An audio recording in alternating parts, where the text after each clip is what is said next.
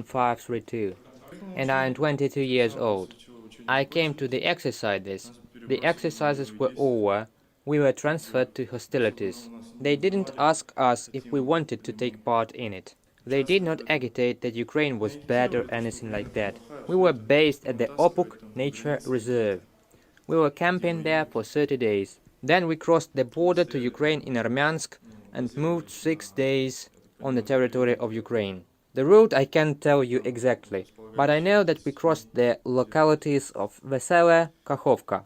Thus, we arrived already by Mykolaiv, and there was direct contact between our forces and the Ukrainian armed forces.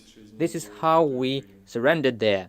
But before that, we were on the way, and we had already seen the situation escalating, and the fact that we were not coming here as peacekeepers, but actually to fight. We asked our commanders what the hell we were doing. Let's turn back and leave. We got the answer that we won't make it home, because there are echelons behind us, killing those who are deserting. The people I met with in a small circle of people we crossed the pass with, all of them were in the military, and they were told the same thing. Really, there are those echelons that are killing people who are trying to get back home. Of course, I want to go back, certainly. I want to go back. Now I understand what kind of trouble the place where I worked got me into. I probably won't go back to that place where I worked in the army. They blatantly cheated and dumped me like a piece of meat. People just really figured it out only then. I mean, we had all our phones taken away, we didn't watch the news, the situation in Ukraine in general, what was going on. We were told there were no civilians in each locality, for example, but they were there. We were alarmed.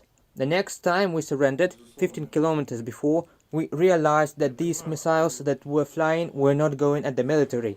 They were flying at civilians, at ordinary populated areas. And on this ground there was contact, and of course we surrendered, because we were told quite the opposite. For example, near Odessa, the Marines did not get off the ship. 600 people. They rioted. They understood what was going on.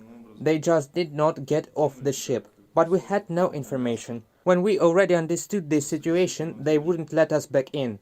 They told us we would be killed from behind if we turned back. The only thing left was to surrender. That was the only thing. I won't work in the armed forces anymore. It is not